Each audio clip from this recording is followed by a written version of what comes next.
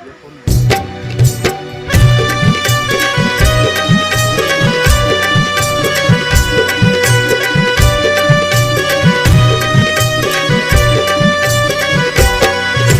ममतेची माऊली होती घराची तू सावली, माया ममतेची माऊली होती घराची तू सावली, का सोडून गेलीस ग मला, ये नाही झालीस का परकी, ये नाही झालीस का परकी.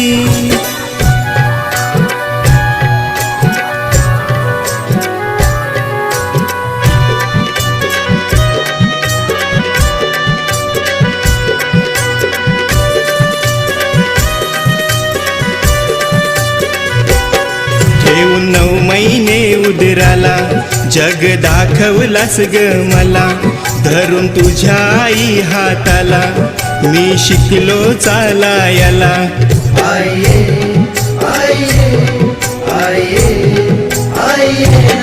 ठेवून 9 महिने उदराला जग दाखवलास ग मला, धरून तुझ्या आई हाताला मी शिकलो चालायला. येऊन कुशीत घेना मला, ये नाही झालीस का परकी, ये नाही झालीस का परकी.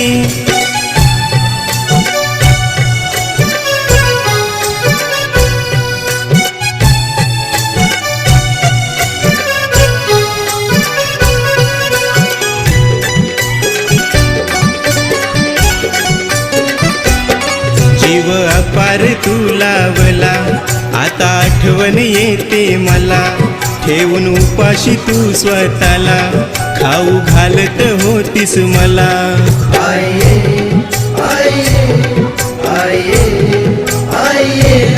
जीव अपार तू लावला, आता आठवण येते मला, ठेवून उपाशी तू स्वतःला खाऊ घालत होतीस मला. कसा फेडू या उपकाराला, ये नाही झालीस का परकी, ये नाही झालीस का परकी.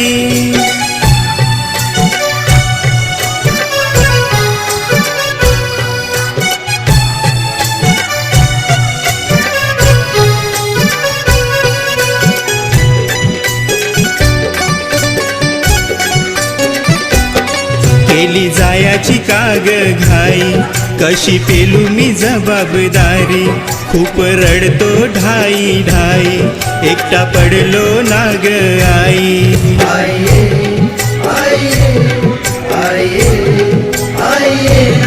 केली जायाची काग घाई, कशी पेलू मी जबाबदारी, खूप रडतो ढाई ढाई, एकटा पडलो नाग आई. घर सावरत नाही ग मला, ये नाही झालीस का परकी, ये नाही झालीस का परकी.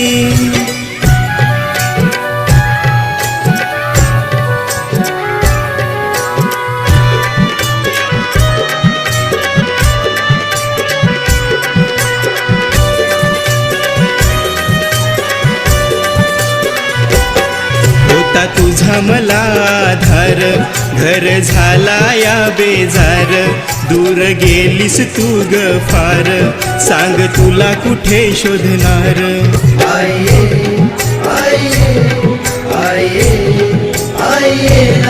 होता तुझा मला आधार, घर झाला या बेजार, दूर गेलीस तू ग फार, सांग तुला कुठे शोधणार. तुझा छकुला बोलवतोय तुला, ये नाही झालीस का परकी, ये नाही झालीस का परकी, ये नाही झालीस का परकी, ये नाही झालीस का परकी, ये नाही झालीस का परकी.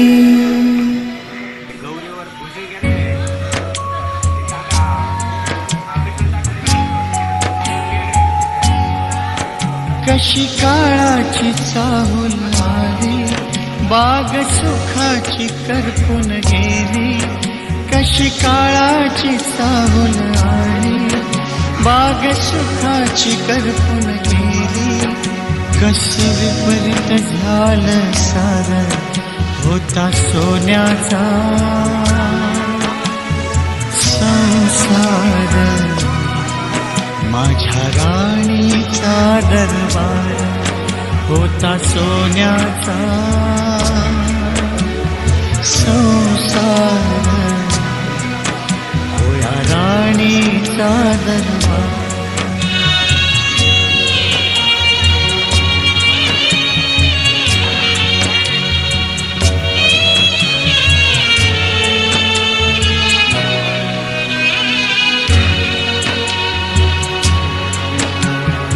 तुझ्या विना हा जन्म सुना, एकाकी पडले.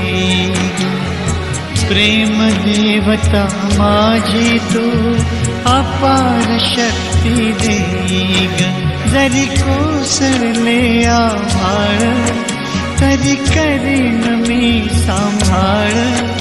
जरी कोसळले आभाळ, तरी करीन मी सांभाळ. घे पुन्हा नवा अवतार, होता सोन्याचा संसार. माझ्या राणीचा दरबार, होता सोन्याचा संसार. होया राणीचा दरबार.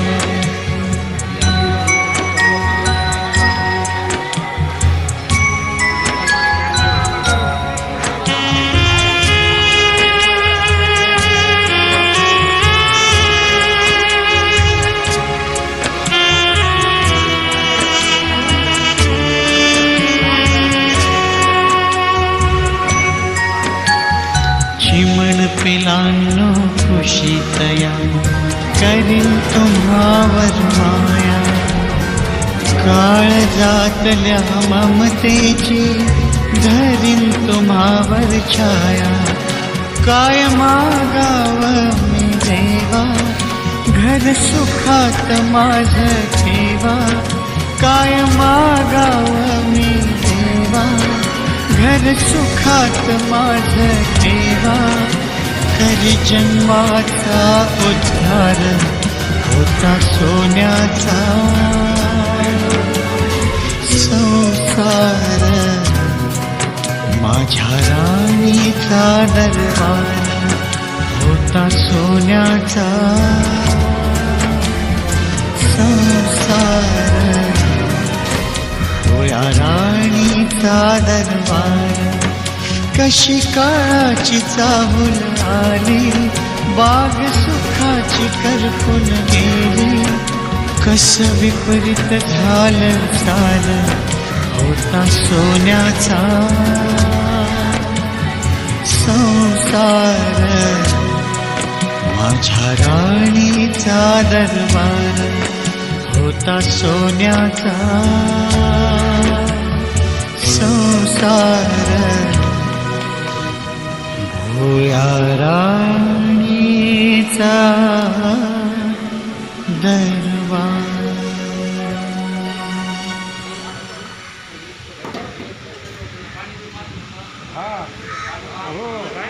राजीव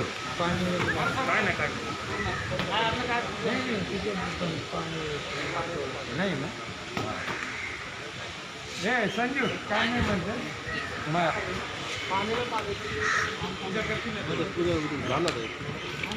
तोंडावर नाही उघड.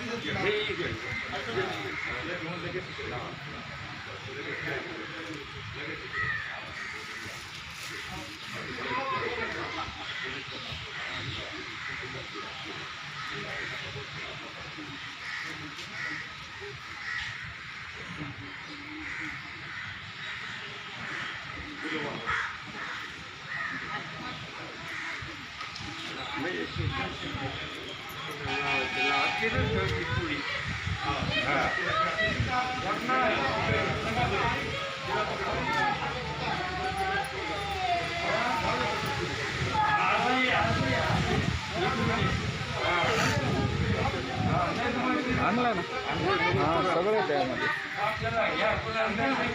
राहून दे शामराव काय शामराव राहून दे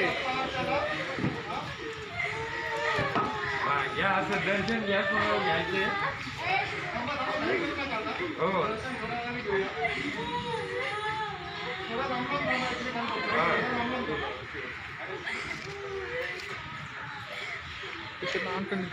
कॅटअप केली ना नाही नाही मी इथं आल्यावर सुरू केलं मी हे हार फुलं आणायला गेलो ना सगळं मामा म्हणजे तिकडे आता हे कर म्हणून ना आणतो तिकडे आणतो हे कर म्हणतो प्रॉपर झालं नाही मी हे हार फुलं आणायला गेलतो ना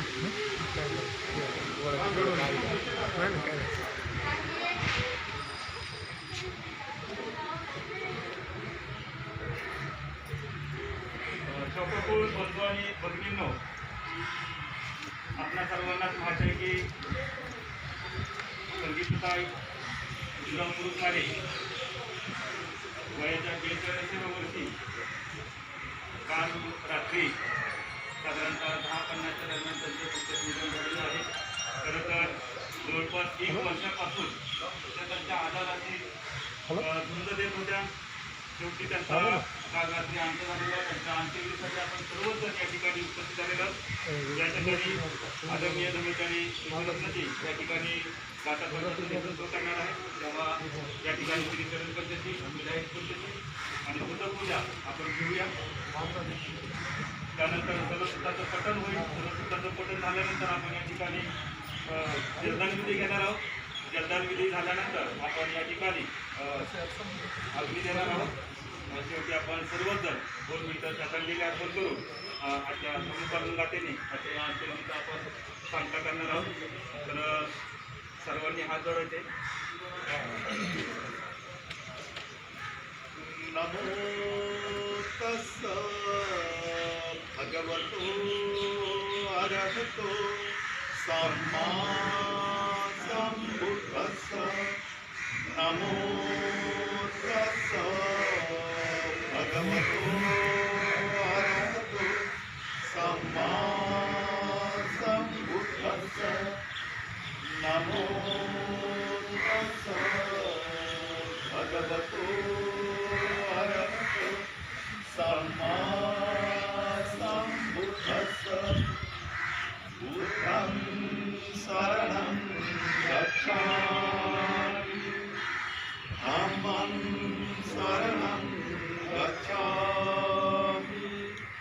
संघं शरणं गच्छामि द्वितीयंपि बुद्धं शरणं गच्छामि द्वितीयंपि धम्मं शरणं गच्छामि द्वितीयंपि संघं शरणं गच्छामि तृतीयंपि बुद्धं शरणं गच्छामि तृतीयंपि धम्मं शरणं गच्छामि तृतीयंपि संघं शरणं गच्छामि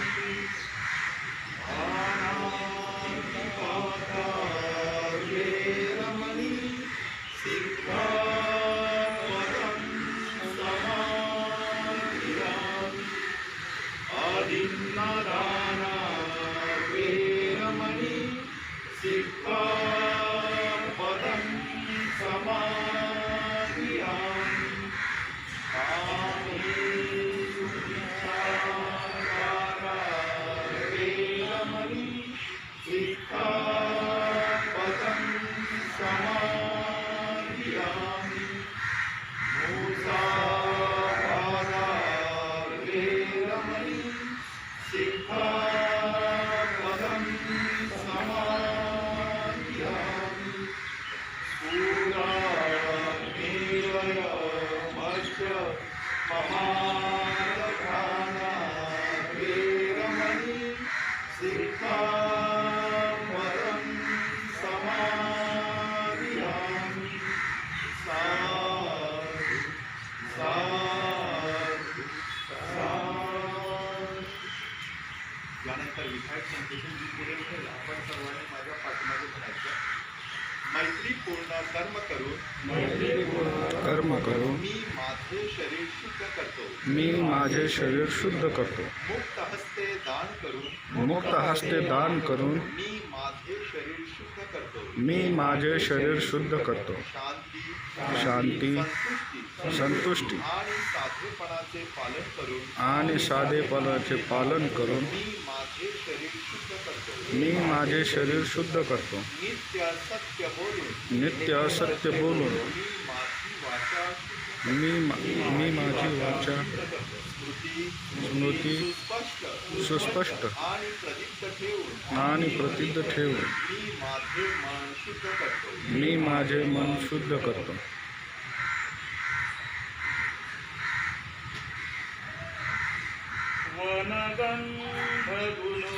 वनगन्धगुणोपेतं एतं कुसुमसन्तति पूजयामि मुनिभ्यः श्रीपादसरोरुहे पूजे बुद्धं कुसुमेन नेनं पुल्लेन मेतेन लभामि मोक्षं पोखं विलायति यथा इदं मे कायो तथा याति विनाशभावं क्षणसारपदितेन दीपेन तमदंसिना तिलोकदीपं सम्बुद्धं पूजयामि तमोनुदं सुगन्धिकाय वदनम् अनन्तगुणगन्धिनां सुगन्धिनाहं गन्धेन पूजयामि तथागतम् बुद्धं धम्मं च संघं सुगततनुभवा धातु गते लङ्कायं जम्बुदीपे विदर्शपुरवरे नागलोके चतुर्थे सर्वे बुद्धस्य बिम्बे सकलदशदिशे केशलो महाविघातु वन्दे सर्वे बुद्धं दस बल तनुजं बोधिचेदियं नमामि वन्दामि चेदियं सर्वठानेषु पठितं शारीरिकधातु महाबोधि बुद्धरूपं सकलं सदा. यानंतर मी सल्लसूत्राचं मराठी पठण करते. आपण शांत चित्ताने ऐकायचं आहे. मर्त्याचे इहलोकीचे जीवित बेभरवशाचे आणि अज्ञात आहे. ते कष्टमय, अल्प व दुःखाने मिश्रित आहे. कारण असा काही उपाय नाही की जेणेकरून जन्मलेले प्राणी मरणार नाही. म्हातारे होऊन तरी ते मरणारच, कारण हा प्राण्यांचा स्वभाव आहे. पिकलेल्या फळांना जसे सकाळी खाली पडण्याचे भय, तसे जन्मलेल्या मर्त्यांना नेहमीच मरणाचे भय असते. कुंभाराने केलेल्या मातीच्या भांड्याचे जसे फुटण्यात पर्यवसान होते, तसे मर्त्याच्या जीविताचे मृत्यूत पर्यवसान होते. लहान व मोठे, मूर्ख आणि पंडित हे सर्व मृत्यूला वश होतात. हे सर्व मृत्यू परायण आहे. मृत्यूने व्यक्ती सोडून जात असता पिता पुत्राचे किंवा आप्त आप्तांचे रक्षण करू शकत नाही. आप्त पाहत असताना व अनेक प्रकारे शोक करीत असताना मर्त्यापैकी प्रत्येक जण वद्य गायीप्रमाणे नेला जातो. याप्रमाणे मृत्यूने आणि जरेने हा लोक हयाळ झाला आहे. हा एक लोक प्रकार आहे हे जाणून शहाणे शोक करीत नसतात. ज्याचा आलेला व गेलेला मार्ग तुला ठाऊक नाही व ज्याचे दोन्ही अंत दिसत नाही, अशा विषयी तू वृथा शोक करतोस. शोकापासून जर काही फायदा होण्यासारखा असेल तरच समूळ होऊन वेडावून जाऊन व आपणास कष्ट होऊन शहाण्या माणसाने शोक करावा. पण रडण्याने आणि शोकाने त्याच्या चित्ताला शांती मिळत नाही. उलट दुःख वाढते व शरीरावर वाईट परिणाम होतो. आपण स्वतःला त्रास देणारा तो पुरुष आणि निस्तेज होतो. त्यायोगे मृतांना कोणत्याही प्रकारे मदत होत नाही, म्हणून शोक व्यर्थ होय. शोक न सोडणारा प्राणी मरण पावलेल्याची आठवण काढीत शोकाला वश होऊन अतिशय दुःख भोगतो. मृत्यूला वश होऊन तडफडणाऱ्या व आपल्या कर्मानुसार जाणाऱ्या दुसऱ्याही मनुष्य प्राण्यांकडे पहा. आपणाला हे असे असावेसे वाटते, पण ते भलतेच होते. अशा ह्या विपरीत गोष्टी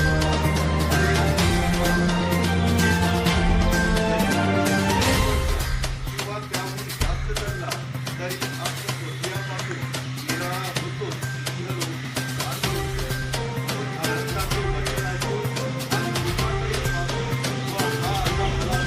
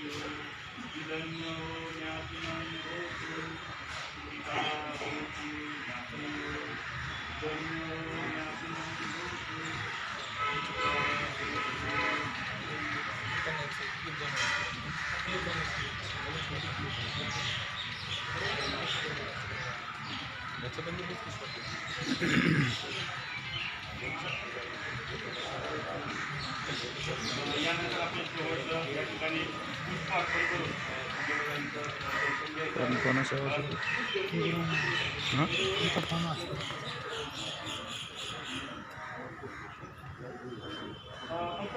खूप गर्दी करून येऊ नका इथं. दोन दोन व्यक्तींनी या. पहिलं आपल्या महिला भगिनी येते. थोडं लांब थांबा आपण सर्वांनी.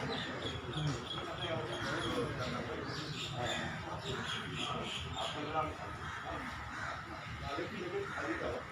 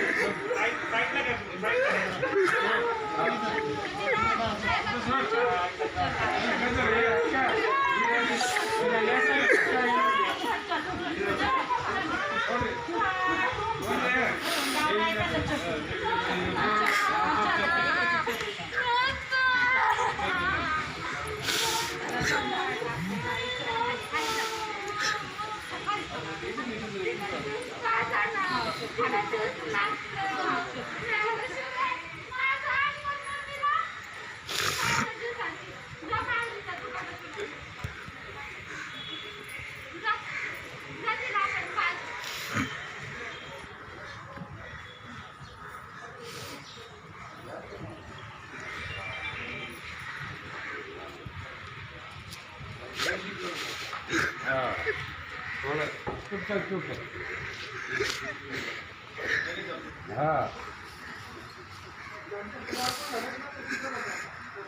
हा लगेच थोडं तुटकडा.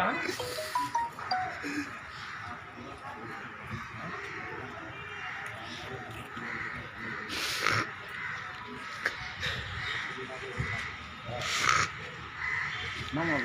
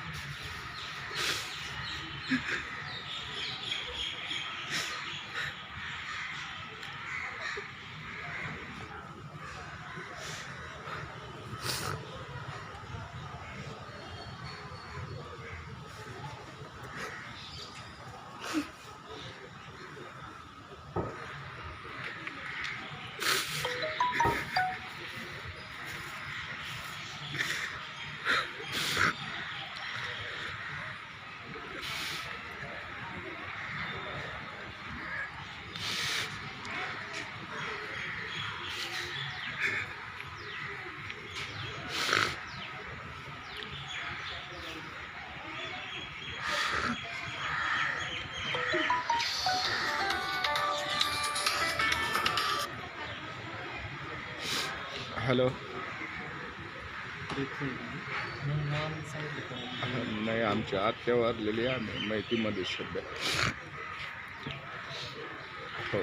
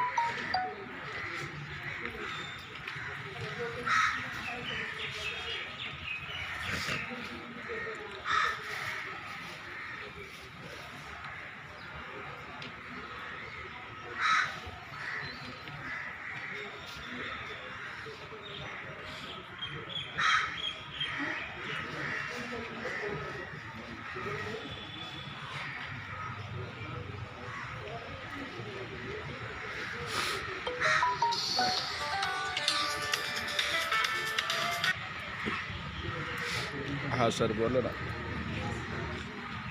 हां बोला ना सर. हो अंत्यविधी चालू सर. हो हो ठीक आहे सर. हो हो सर. हां हो.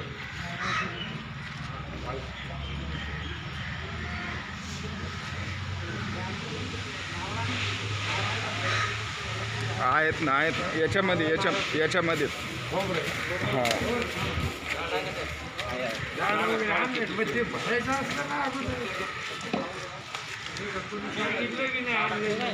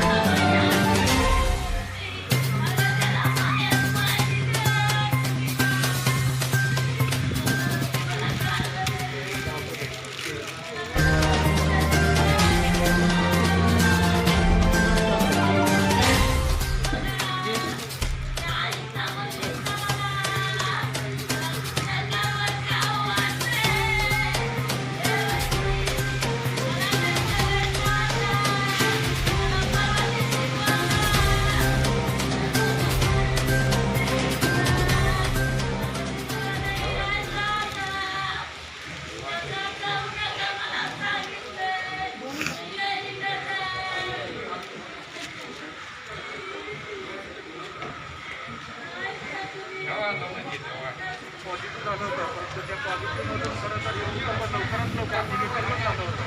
परंतु दुसऱ्या आजारामध्ये त्या ग्रस्त झाल्यामुळं खरं तर शेवटपर्यंत जवळपास वर्षभरापासून त्या आजाराशी त्या मृत्यूशी त्या झुंज देत होत्या आणि काल त्यांची प्राणज्योत जी आहे ती माळवलेली आहे. आपल्यामधून त्या निघून गेल्या.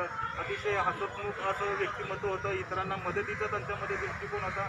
खरं तर तुरुकमरे कुटुंबावर म्हणजे खूप मोठा हा आघात झालेला आहे. ते कधीही आघात भरून न निघण्यासारखा आहे. तरी देखील त्यांना म्हणजे या सर्वमधून म्हणजे त्या आघातामधून त्या दुःखातून त्यांना वर येण्याची शक्ती मिळो. खरं तर या ठिकाणी अनेक कार्यकर्ते वेगवेगळ्या हे आलेले आहेत. अनेकांना बोलावं असं वाटतं, परंतु सध्याची जी काही परिस्थिती आहे आपण देखील इथं जास्त वेळ थांबणं ते पण चुकीचं आहे.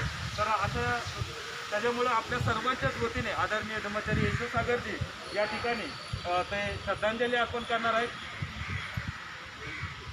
स्वतःतून समजतात सारे कुटुंब विशेषतः अमरावती मारे जे रत्नबोध महासंघाचे धर्ममित्र आहेत आणि धर्ममित्र संगीतगाई अमरावती मारे यांचं दीर्घ आजाराने काल निधन झालेलं आहे. प्रांतात त्यांची मालवणी आहे. वास्तविक आता भीमरावचा परिवार एवढा मोठा आहे, मित्रपरिवार एवढा मोठा आहे की अशा संकटाच्या काळातसुद्धा जास्त लोकांना न सांगतासुद्धा एवढे लोक जमा झालेले आहेत. त्याच्यावरून त्यांच्या परिवारावर त्यांचे प्रयत्न आहे ते लक्षात येतं. जेव्हा परिस्थिती अशी नसते तर किती लोक जमा झाले असते आपण कल्पना करू शकत नाही. वास्तविक आता मनुष्याचं जीवन जे आहे प्रत्येक जन्मलेला पाणी जाणारच, परंतु जेव्हा तो लवकर जातो तर खऱ्या अर्थाने दुःख होत असतं. मी स्वतः भीमराव आणि सुचिताला बघितलेलं आहे की आपल्या पत्नीसाठी आपल्या आईसाठी शेवटपर्यंत ती झगडत होती. वर्षापेक्षा जास्त भूमिकाने आईची चांगली सेवा केलेली आहे. आणि काल दिवसभर भीमराव आपल्या पत्नीला शेवटपर्यंत वाचवण्याचा प्रयत्न करत होता. शेवटपर्यंत अगदी जोपर्यंत प्रांजोत घालवत नव्हते तोपर्यंत प्रयत्न चाललेले होते की याच्याहीपेक्षा आणखी चांगलं काही करता येऊ शकतं का. तर मला असं वाटतं की सगळा प्रयत्न त्याने केलेला आहे. सगळ्या परिवाराने त्यांचा प्रयत्न केलेला आहे. विशेषतः सुचिता आणि भीमरावचे प्रयत्न याच्यामध्ये खूप आहे. असं असताना सुद्धा काही गोष्टी आपल्या हातामध्ये नसतात. निसर्ग नियम आहे. जन्मलेला प्रत्येक जण कामावरच आहे. या उक्तीप्रमाणे मला त्या आपल्यातून निघून गेलेलं आहे. आजचा प्रसंग खूप काही बोलण्यासारखा नाही आहे. आजच्या दिवशी मी एवढंच म्हणेन की या सगळ्या दुःखातून सावरणे भीमराव त्याच्या कुटुंबियांना ताकद मिळेल, शुभेच्छा आणि दुष्काळामध्ये खऱ्या अर्थाने ताकद मिळो अशा प्रकारे शुभेच्छा व्यक्त करतो आणि विशेषतः रत्न बौद्ध महासंघ च्या वतीनं आणि आपल्या सर्व मित्र परिवारांच्या वतीनं त्यांना भावप्रेमी श्रद्धांजली अर्पण करतो आणि इथेच सांगतो जय भीम, जय भारत. उद्या सकाळी या ठिकाणी 9 वाजता त्यांच्या घरच्या कुटुंबाच्या वतीने या ठिकाणी अस्थि विसर्जनाचा कार्यक्रम होणार आहे. खरं तर अनेकांना आपली श्रद्धांजली या ठिकाणी व्यक्त करावीशी वाटते, परंतु श्रद्धांजलीचा जो काही कार्यक्रम असणार आहे तो आपण ऑनलाईन पद्धतीने घेणार आहोत आणि त्याच्यामध्ये अनेकांना त्या ठिकाणी बोलण्याची संधी मिळणार आहे. हा कार्यक्रम निश्चित झाल्यानंतर आपल्या सर्वांनाच आपल्या मेसेजद्वारे तुम्हाला सांगण्यात येईल आणि तशा प्रकारे आपण त्या कार्यक्रमाचं श्रद्धांजलीच्या कार्यक्रमाचं पुनर्वसनाच्या